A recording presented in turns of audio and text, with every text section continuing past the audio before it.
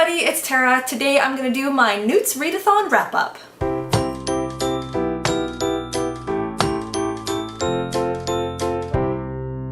The NEWTs Readathon was hosted by G at Book Roast. I'll link her video up there and down below for you as well, and it is based on the NEWTs exams that students take in their 7th year at Hogwarts.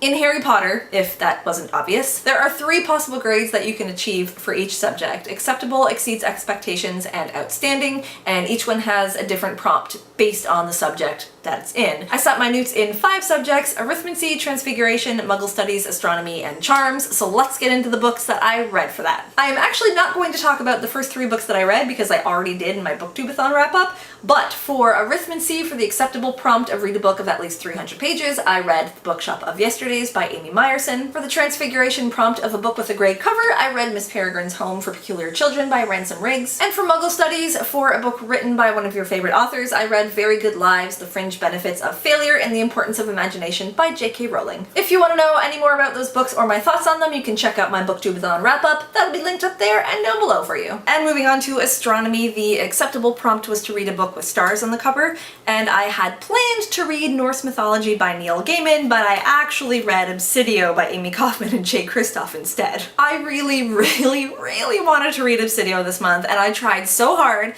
to figure out a way I could fit it into the NEWTs Readathon, especially into astronomy, because it's set in space that makes sense, and I read Illuminae for the astronomy prompt for the Owls Readathon back in the spring. It fit perfectly. And I scoured this cover for stars. I thought maybe these were stars, but they're actually just bubbles, and then I thought maybe the word stars was somewhere on it, but I found nothing.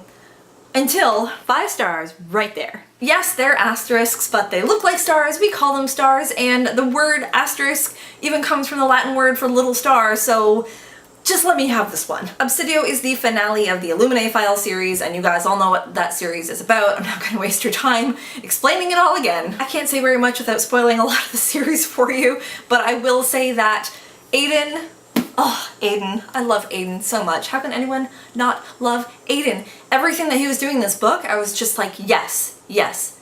I agree, I understand, it makes total sense. I don't know why anyone's disagreeing with you. Gemina was definitely my favorite in the series, and I'd say Illuminae was my second favorite, which means Obsidio is in last place. But I still love the hell out of it. This was absolutely one of the best series I've ever read in my life, and as soon as I finished the last page of Obsidio, I thought, I can't wait to read this again. 5 stars, absolutely, without a doubt, 5 stars. And the last subject I did was charms. This is the only one that I did all 3 prompts for, starting with a book with magic in it, and for that I read Percy Jackson and the Sea of Monsters by Riordan. This is the 2nd book of the Percy Jackson series, and it follows Percy on a quest to retrieve a stolen magical relic, just like he did in the 1st book. I did not enjoy the Sea of Monsters nearly as much as I did the Lightning Thief, I think because the plot was just a rehash, and that's exactly why Chamber of Secrets is my least favorite Harry Potter book, because the plot's just a rehash of Philosopher's Stone. Also, the silliness that I really liked in The Lightning Thief went kind of overboard in the Sea of Monsters, like Grover spending most of the book in a wedding dress speaking in a high-pitched girly voice, or the party ponies, which I'm pretty sure had all just come from a gay nightclub. I rolled my eyes more than I laughed. I'm trying to think of more that I can say about this book, but I honestly don't even remember a whole lot of it. It just wasn't very memorable. I would rate the Sea Monsters 3 stars. I think I will continue with the Percy Jackson series, but at this point I'm not in any rush. The Exceeds Expectations prompt was to read a book with a cover that charmed you, and for that I chose Every Heart a Doorway by Seanan McGuire. This book is about children who have been to other realms, and since returning to our own world, they've been trying to find ways to get back to their fantastical worlds. And Eleanor West's Home for Wayward Children tries to give them a safe and stable place where they can come to terms with their experiences, but it isn't so safe or stable when dead bodies start turning up. I loved the premise for this, and I loved the murder mystery that I wasn't expecting at all, and I love the character of Jack.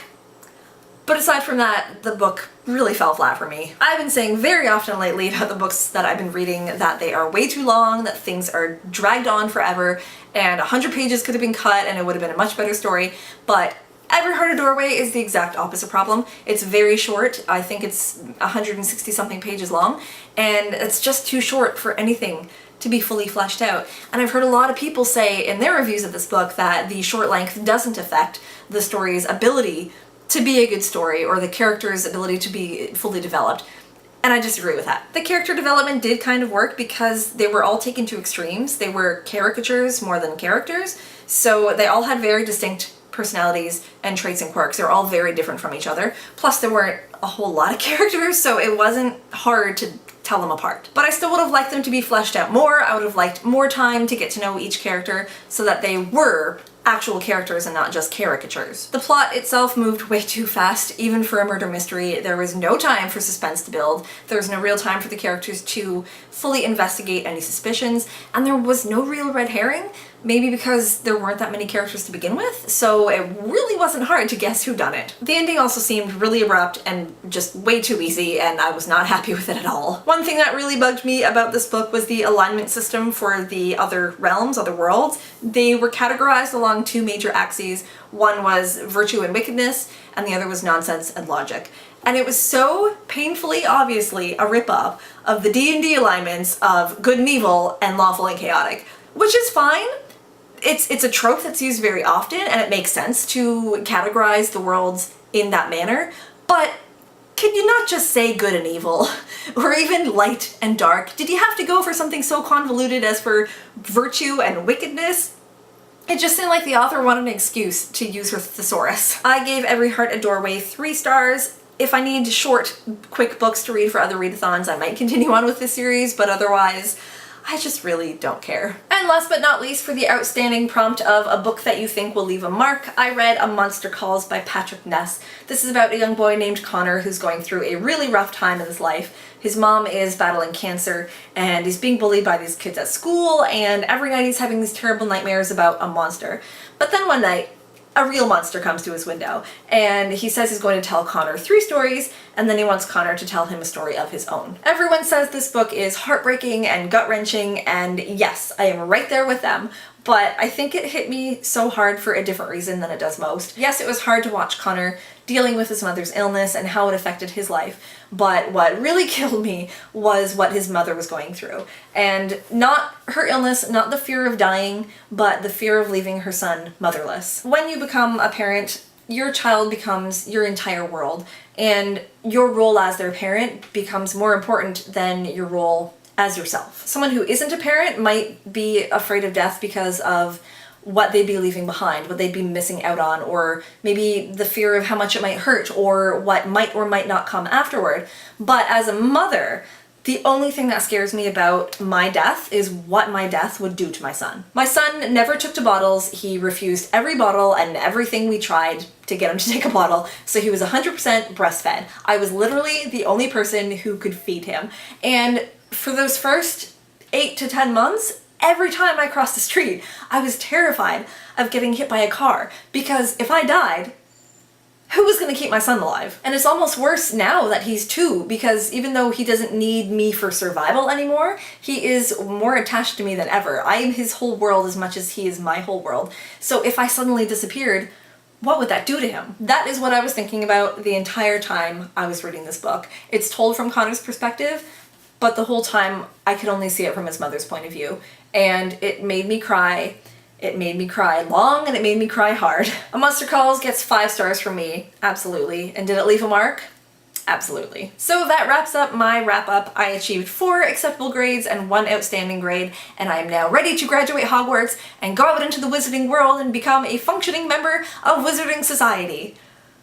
I wish. Let me know down below how you guys did in the NEWTs Readathon, and let me know some books that have left their mark on you. Thank you all so much for watching. I hope you enjoyed the video, and I hope you enjoyed the NEWTs Readathon. And don't forget to give this video a like and subscribe to my channel for more bookish goodness. And until next time, happy reading, everybody. Bye-bye.